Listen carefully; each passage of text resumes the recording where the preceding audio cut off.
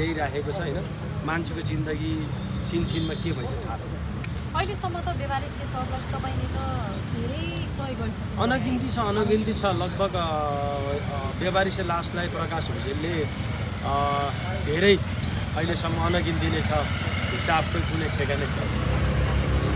अब यसरी अहिले पशुपतिमा यतिका धेरै बेवारिसे सँगसँगै अन्य लासहरू आउँदै गर्दाखेरि चाहिँ त्यो जीवनलाई चाहिँ तपाईँले कसरी तोल्नु भएको छ अहिलेसम्म अब धेरैलाई जीवनदान पनि दिइसक्नु भएको छ एज अ धर्मगुरुको रूपमा तपाईँले आफ्नो परिचय मजाले बनाउनु भएको छ के लाग्छ गुरु यो जिन्दगी के हो जस्तो लाग्छ र मानिसहरूले चाहिँ जिन्दगी कसरी जिउनुपर्छ जस्तो लाग्छ मानिसहरूले जिन्दगी जिउनु त्यो आफ्नो तरिकाले हो आफ्नो भनौँ न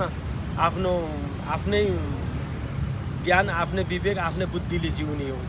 तर कसैले तँ बिग्रेको छस् तँ सप्रिन्छस् तँलाई सपार्छु भन्ने र कसैलाई मान्छेलाई केही लाग्दैन क्या कोही मान्छे बिग्रेको छ तँलाई म सपार्छु भन्न खोज्यो भने हामी गलत हुन्छौँ यो समाजले हामीलाई गलत बनाउँछ र त्यही भएर मान्छेलाई चाहिँ म के भन्छु भने जति बिग्रेका छन् बिग्रेरै बस्छन् तिनीहरूलाई हामीले झन् प्राथमिकता दिन थाल्यो भने झन् बिग्रिन सक्छ हामीले त्यसलाई बाटो देखाउने हो घाटो चौखाटो बाटो देखाउने हो मान्छेलाई 3 चोटि भनिन्छ मेरो तर्फबाट चाहिँ म 3 चोटि त्यो मान्छेको चाहिँ घर पर्छु 3 चोटि त्यो मान्छेलाई म कुरा गर्छु त्यतिबाट चाहिँ भएन भने चाहिँ त्यो मान्छे मेरो जिन्दगीमा लाइफमा चाहिँदैन हैन र कोही भनौँ न यो संसारमा यस्ता मान्छे पनि हुँदो रहेछन् कि दिनुजेलसम्म पाउनुजेलसम्म मेरो तपाईँ हजुर जय होस् भन्छन् दिन छोडेपछि यो सकिएछ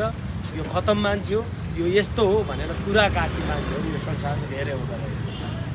त्योबाट चाहिँ फिल हुँदाखेरि चाहिँ समाज सेवा गर्न पनि अहिले चाहिँ डराउनु परेको छ र मान्छे हेरेर गर्नुपर्ने छ यहाँनिर समाज सेवाको नाममा साक्षात दुखी दिन दुखीले पायोस् कि दिन दुखीको नाममा चाहिँ धनीले चाहिँ यो समाज सेवा नपायोस् भन्न चाहन्छु अब हामी थोरै गुरु अब तपाईँ